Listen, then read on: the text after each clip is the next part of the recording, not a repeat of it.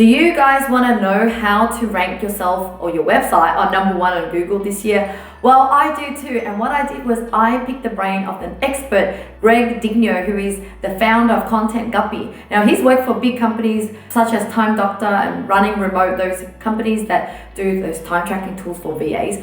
Well, he was doing SEO for them for many, many years, and I got a chance to talk to him about how to rank on #1. So he gave me a lot of tips on keywords to find, how to even search within your competitors and look at what keywords they're ranking for, and a lot more tips around the tools to use. So check it out here as I talked to Greg and really went into detail about how you can implement SEO into your business so that your website can be ranked #1 against all your competitors.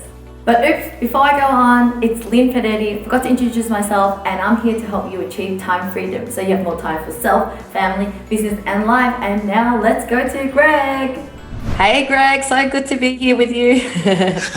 Nice to be with you as well. I wanted to talk about SEO because I was really amazed at the knowledge you have with SEO because you've had so many years working on it.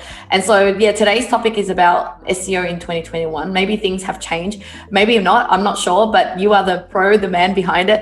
And yeah, some strategies that people can take, even myself, to continue to rank #1 on Google. That's if I'm even ranking any there. I don't even know, but I could tell you in a second. Yes. But to go to your original question, you are ranking #1 for something. How has outsourcing helped developing and emerging economies? Let's go from the beginning. Like, what's the importance of SEO nowadays? Considering that there are so many social media channels out there, right? Is it still a big emphasis on being ranked on Google is my first question. Yes, it is. And here's why. So if you do something on, I'm excluding YouTube for a second because that is a search engine and Pinterest is also a search engine in my opinion. But excluding those two, what happens is if you tweet or you post something on Facebook, it's fleeting. It goes away very quickly. But if you get something to rank in SEO, in Google or any search engine, but we're going to talk primarily about Google, that has the ability to drive traffic and get eyeballs for not only months, but years. There's posts that I have written back in 2015 that are still getting 5,000, 10,000 visitors a month. And that just does not happen on social media channels. Yeah. So unless you're paying for ads, but even still, if you're paying for that kind of traffic, you're paying $10,000, $15,000, $20,000 a month just for one post. Whereas I'm getting that traffic, well, it's free now. It wasn't free before, but it's free now. Yeah, so, but you know, like with Instagram, for example, it does have hashtags, which in my world is like keywords. And you can kind of find, would you say Instagram is still like a search engine or is still not comparable to Google? I don't think it's comparable to Google. It's not comparable because, again, it's still a fleeting thing, right? Like how long is a hashtag going to be relevant for is the question. Whereas an article or a page of content can be relevant for a long time. And that I think is the key fundamental difference between a social media channel and being active there versus being ranking on Google. Now, I will say this. They are not mutually exclusive things, right? If you build a brand, pick a channel, doesn't matter, Facebook, Instagram, whatever, and then you start building content on your blog or whatever, or on a page, or it doesn't matter, you will have an easier time ranking because you already have those eyeballs in that brand versus not having that. So they do work together. To say that you should only do SEO or you should at the exclusion of the others is totally not the case. If you can do both, do both. You're right. And it's a different strategy, and it's a kind of a slower strategy. Just like YouTube, I'm on YouTube, I kind of have to look at it as a long game where eventually people will search. And the good thing is that once you do a video and you've optimized the keyword, people will find you years down the track. So that means that video is your asset that's been working for you. Correct. On your behalf. Yes, it's going to be an asset that's going to work for you for years. Yes, that's if you do it correctly. Yep. Yeah. Absolutely. Before we go on, actually, just curious to know, like, what made you interested in SEO? And why did you get into this? You know what's funny? So I've been doing marketing since 2008 at some form or another, and I always avoided it because I always thought it was really challenging. It's, what is it? It's hard work, but it's not difficult or something, like whatever that saying is. It's actually pretty easy to learn. And so I avoided it for a long time. And then when I was working with a software company called Time Doctor, we ranked one post and I just was like, oh my gosh, why haven't I been doing this my entire, and we ranked it by accident. Like we just built 2 free links somehow. I can't even remember the entire story, but I was like, oh my gosh, we're getting 500 visitors a month and I haven't done anything.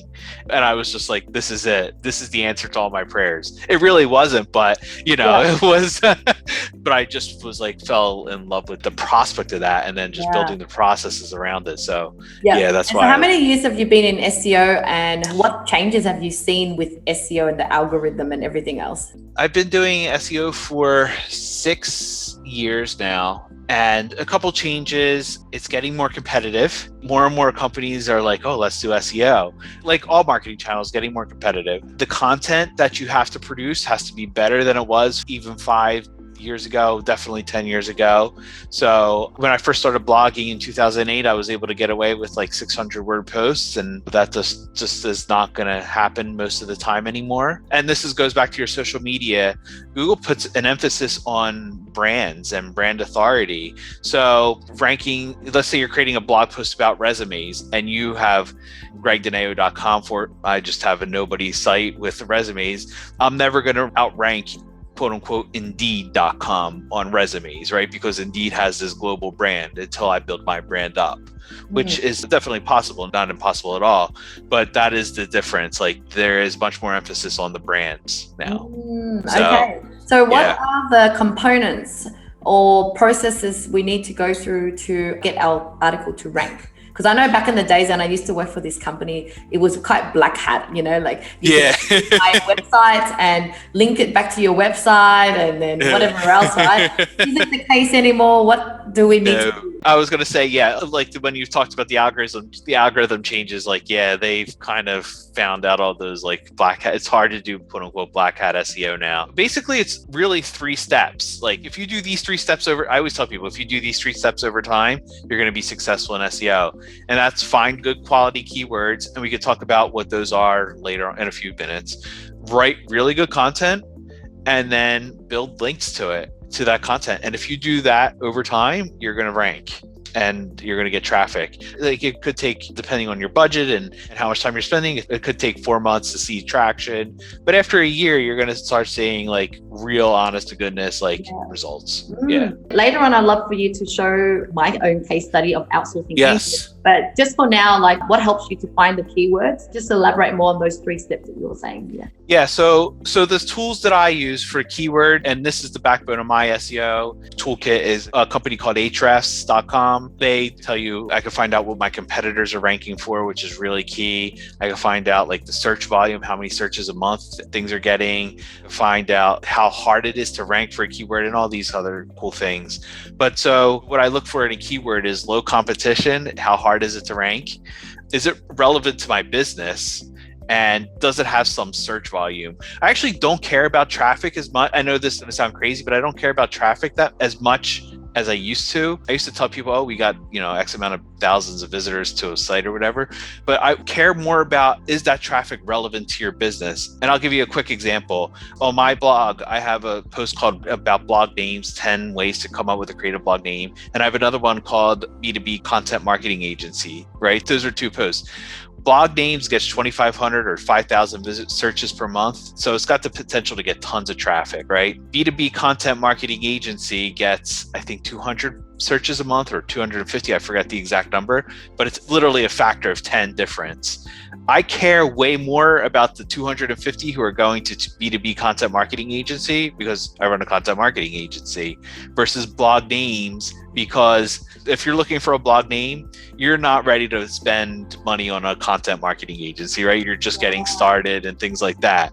So care more about the 10% that are going to move your revenue versus the 90% who are just there to consume content. Right. So that's why working with yourself, like as a strategist, it's like you have to come up with a really great keyword, because just because you just think of random keywords or very short keywords and then you attract a lot of people that aren't going to buy from you, then there's no point in that, right? You just correct. Now there's ways I can monetize the blog names post. Maybe I create a course or something like that, so I could make it quote unquote useful somewhere down the line. But to sell marketing agency services, that's a pretty irrelevant blog post for me right now. So, and it comes down to really knowing your business, because I think if you really want to succeed, you got to know your target audience, what problem you're solving, what services you're offering, and so that you really could think, who do you want and what keyword you would do, right? Because just say I have a VA company doesn't mean I just go virtual assistant and whatever word, outsourcing. Okay, maybe, I don't know, but it's just be more strategic. Like maybe because I want to help people with marketing, and it might mean that I would choose marketing assistant or something that will. Yeah, so you might do like outsource marketing services versus something like outsource medical assistant or something like that. Like if you don't have a medical assistant service, then there's no point in that post. This next point was around quality content. So it's like, It's no longer the days where you're just finding keywords, make article that contains those keywords, but you actually still need to add value to the reader. Is that right? Yes. The more thorough the post, not necessarily the longest, but the more thorough the post, the better chance you have of ranking. A lot of times thorough does mean longer, but it's not always the case. So the more you're able to answer a question that somebody has in their mind without them having to leave your page, the better they are. And so what that typically means is instead of these really broad topics, they're much more narrow topics around specific keywords and going in depth. Let me give you an example.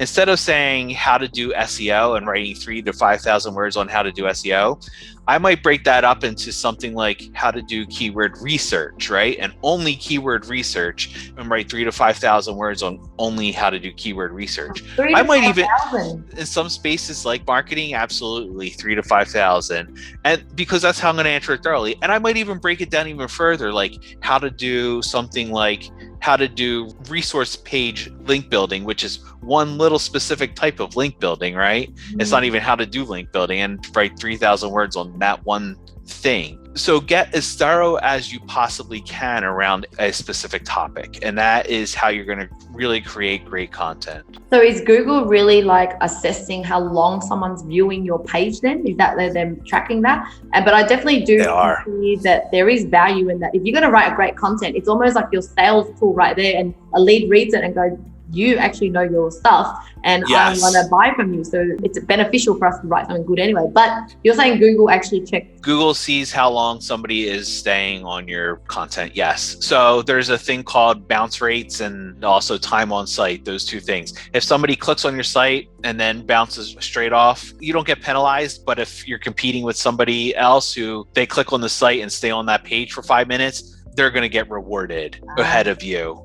And how about if I'm doing YouTube videos and I'm repurposing it into a blog, I tend to not really write a long blog, since I'm like, well, you can also watch the video. These are just the summary note.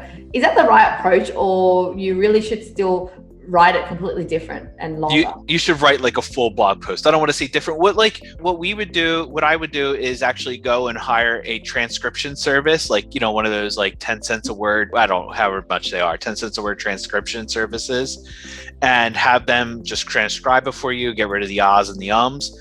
And then you kind of format it. You make it more quote unquote readable versus listenable, I guess is the word. You put in your subheadings and structure it and all that stuff, and you're going to save a lot of time doing that. But I would definitely go and put in that effort to do that, and then embed the video on the post, because again, if you have the video on the post, it means people are going to stay on your post a little longer to watch the video, and then you get rewarded for that sort of time on site and things like that. Yeah. But yes, I would definitely write the full post. Here's the reason why. The video is indexable in Google, but so is the blog post indexable in Google. So your video could technically rank in the first and like the featured snippets up top, but then your blog post could also rank.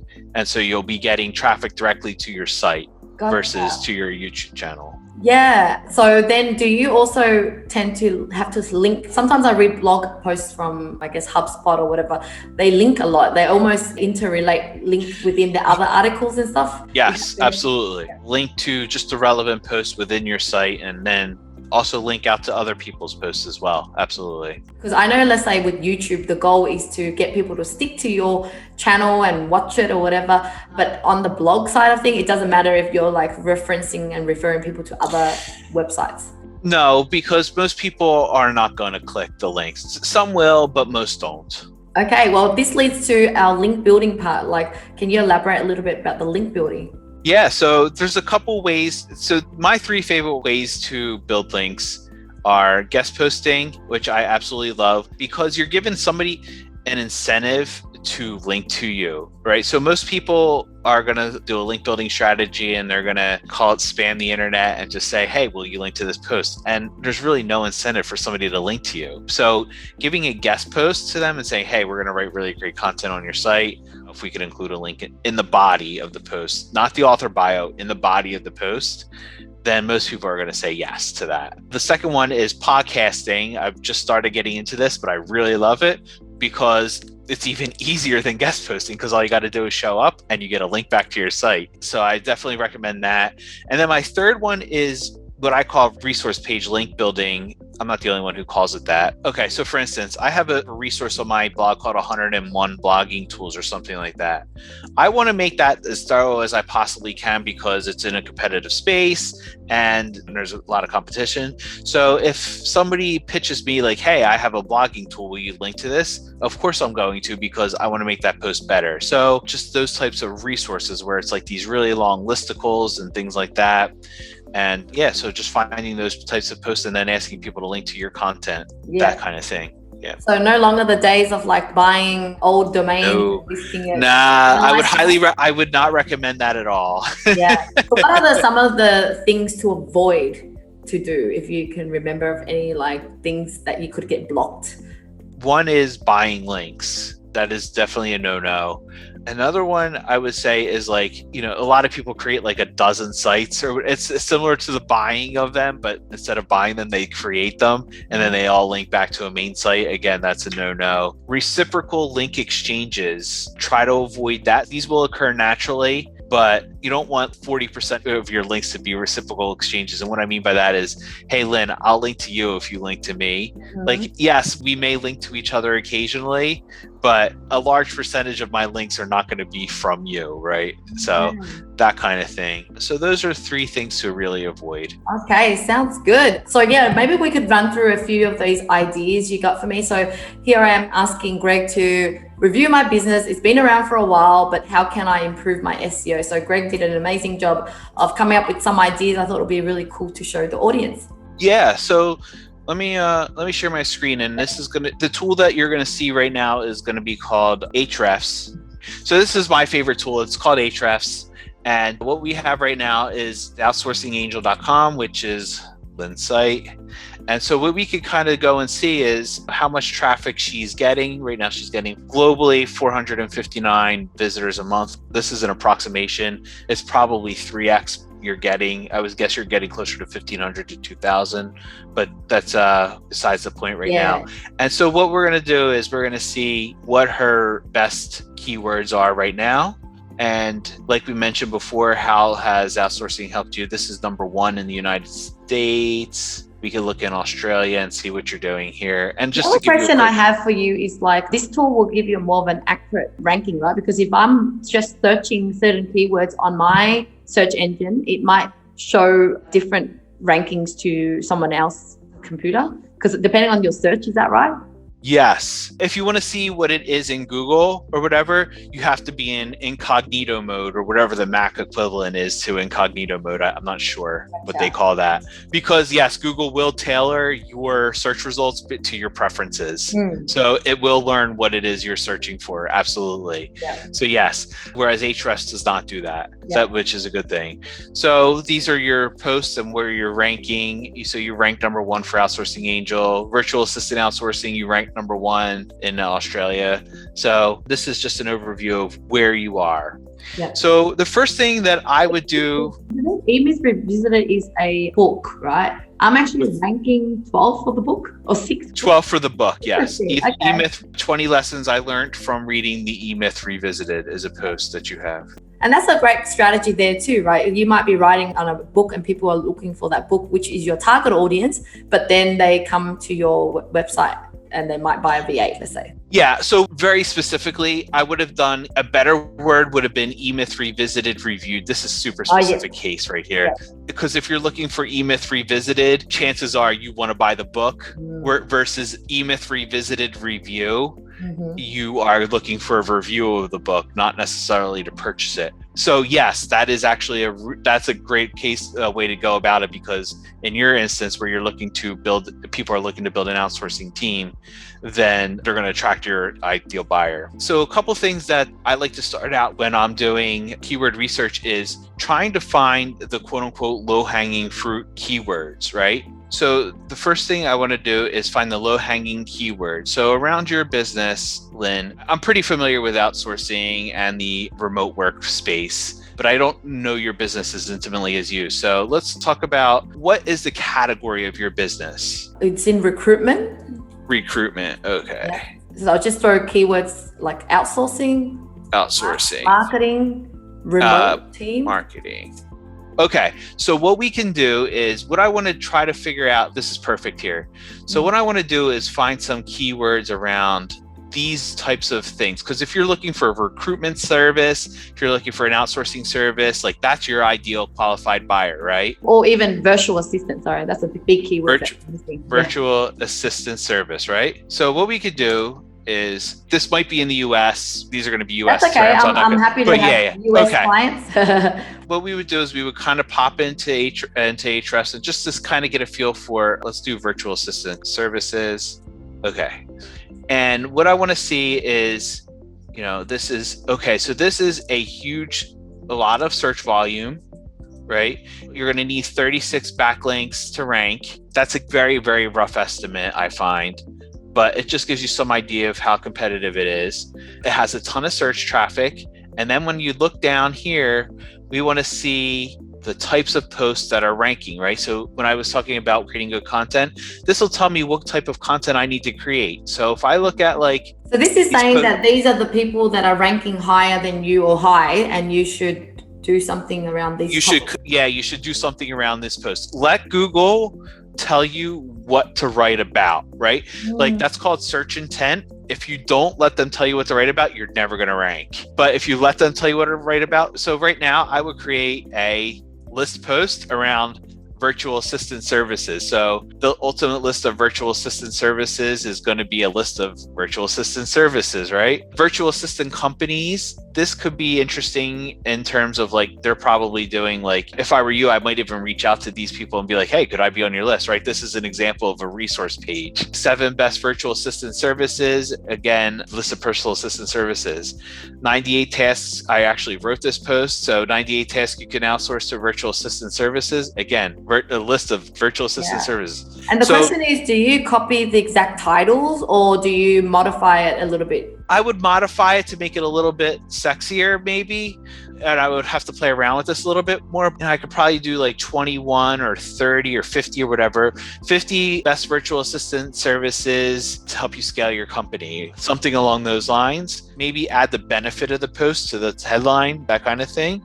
And then what I do is I look over here and I see, okay, domains. This has 11 links that you need, 52 links, 12, 45, 94.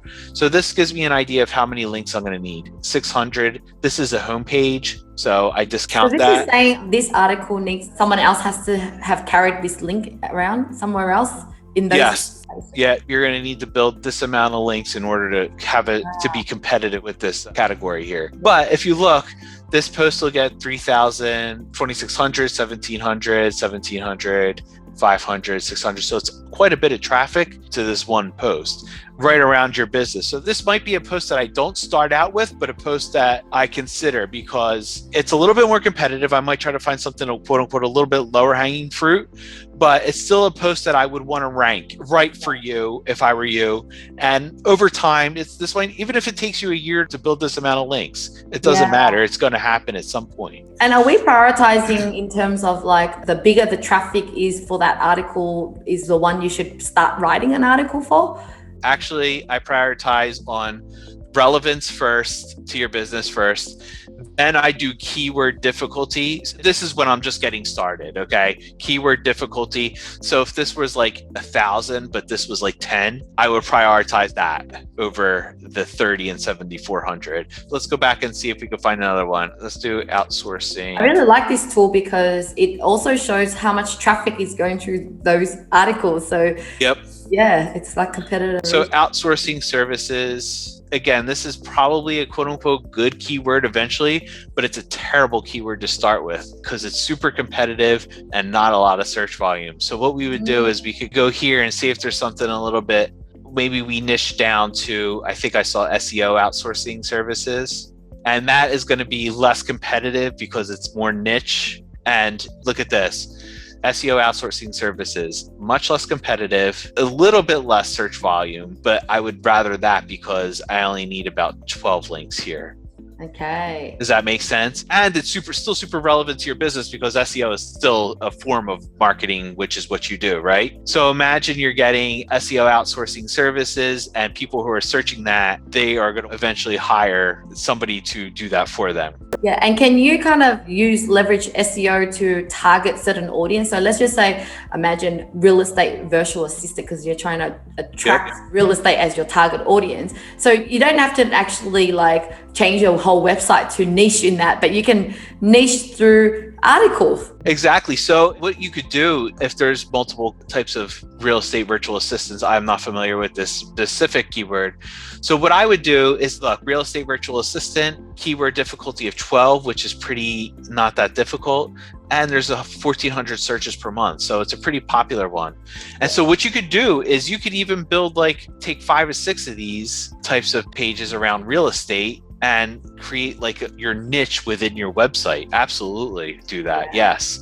So yeah, you could create based off of who your audience is. Absolutely. Yeah. So if that is your thing, and then you could just kind of go through and see again who is ranking as soon as this comes up.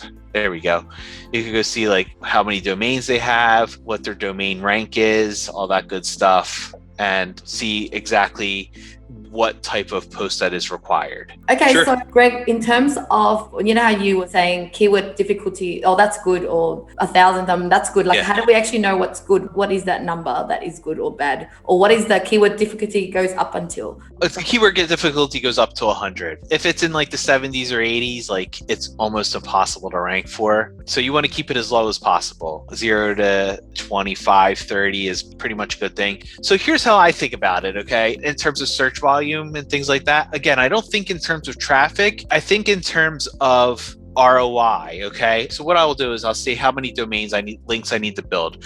And I know that it's going to cost me about $80 to acquire a link. Okay. That's just between my time, my labor, whatever. It's about $80 to acquire a link. Between my time and labor, it cost me $500 to write a post. I'm making these up. So let's say all in all, it costs $1,000 to $1,500 to create a post, promote it, and eventually rank it. It's not going to rank right away, but eventually it'll rank. My question is this: am I going to get enough traffic? Do I think I'll get enough traffic to that post to justify that $1,500 spent? It's not quite on par with ads where you put $1 in to get $3 out, but it's still an ROI that I keep in the back of my mind. I'm going to spend about $1,500. Am I going to get $1,500 out of this per year? Yeah. Right? I want $1,500. And is it something you put on there to check, but you won't know until a period? I'm not going to know for a little while, right? So that is the bad part. And I'm not going to be right every single time, right?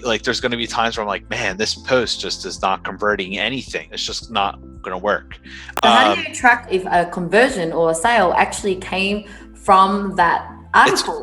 It's very, very hard. It's very hard. There is some attribution in Google Analytics and things like that you could do. There's also tools in HubSpot that you could use for attribution, but it's still really hard, especially in the B2B space where you and I are, because a lot of times people are going to be like, oh, I read your article. I saw your video. I asked my friend about you. They said you were really good. And then maybe I read another article and I was like, okay, now we're going to hire you. So it's very difficult to do, but I still try to do some attribution. And if the attribution, most of the time my posts are more profitable than I think they are because of that. But yeah, it's still really hard. Okay, so my next segment that I like to talk about is more if I'm an existing site, there is probably more to play with, and maybe the domain has been around for a long time, so that might play a part. What happens to a brand new business when new domain? Any advice around that, or anything changes with that? So here's what I would do. Start creating content around it. So if I have an existing business, I publish it once a week, maybe even twice a week, because I have an existing business. If I have a brand new business, I publish an article once every 2 weeks, that kind of thing. I don't worry about building links to that content. And what I do instead is I build my brand. And I go out and I get on podcasts, I do YouTube shows, playing in social media and things like that. And then after I have a brand, I have some traffic through referrals, I have customers, people know me, then I invest in SEO. So I don't invest in SEO. I probably would even invest in ads, but I definitely don't invest in SEO until I have that sort of establishment. So, but I do create content on a bi-weekly basis to something to email my email list and things like that. But yeah, so I start there. I start getting. Yeah, it's such a great tip, because it's like, just because SEO works, it won't work for you right now due to budget problem, or whatever. So you have time constraint. Yeah, because if you're just getting out, even if you don't have a budget, your priority has to be getting customers. So however you're going to get customers. But the cool thing is the way you could get customers is also through building the brand. So that is partnerships, things like that. I would be focused on that at first, and then SEO. Yeah. So I'd love to know, like, what kind of clients have you helped or do help with, and what services do you provide? Because I mean, looking at everything there, it's just like, wow, I'd rather get you to do it for me, because that is so hard. But yeah, love to hear more. We do services, SaaS, and we do have an e-commerce site that we're working with. I think they're technically e-commerce. They're like gift fulfillment kind of thing. So those are like the 3 categories that we work with. So our services, we do entire, quote unquote, I hate the word blog management, but it's SEO focused content. But it's everything from, we create the strategy for you, and we will create the content, optimize the content, build links. And if you don't even want to publish it, we'll publish the content for you, which, to be honest with you, I prefer, but a lot of people don't. Wow, so you do it all. A quick one on e-commerce. Is there any difference with that compared to services? Yes, there's actually a difference between product and services in SEO. With a product, whether it's e-commerce or SaaS, you're not selling knowledge, you're just selling a widget. And I apologize to anybody who's got a complex product, right? But you're still selling a widget. Chances are you don't have you might have an underlying philosophy of the way you do business and things like that, but your content acts as a way to get people to your site, and then you sell them. Whereas in services, you're selling knowledge, right? So the content has to be much more infused with your special sauce, with your secret sauce, right? What is it that you do, and how can we apply this to your content? Not all types of content, but the ones that are pieces that are going to sell, how can we infuse that with what you do? Because that's your salesman right there, is that content. So yes. Whereas with products, it doesn't have to be the case usually. It's just oh, here's how you use this widget. Yeah. All right. Well, Greg, I learned so much from you, and I know if people are watching this, their brain's like, whoa, this is amazing. But yeah, how can people get in contact with you, or your website that they can go and visit? Sure. So the website is contentguppy.com, and you can follow me on Twitter at Greg Digneo. But if you just have any questions, just email me, greg@contentguppy.com. That's actually probably the best way to get in touch with me. All right. Thank you so much. Thank you so much. Bye. See you. Bye-bye. See you later. Well, there you have it. Hope you've gained a lot of knowledge, because I did. I love that he went through and shared all the screen and all the tools, because that was a key takeaway. I realized that tool, that Ahrefs tool, is amazing. You can actually really look into your competitors. So I can't wait to try that. We'd love to hear in the comments below, which advice are you going to try to implement, or have you tried that software before? Anyway, if you want more content like this to learn how to scale your business and achieve time freedom, then check out my other video over here. But otherwise, I will see you again next time.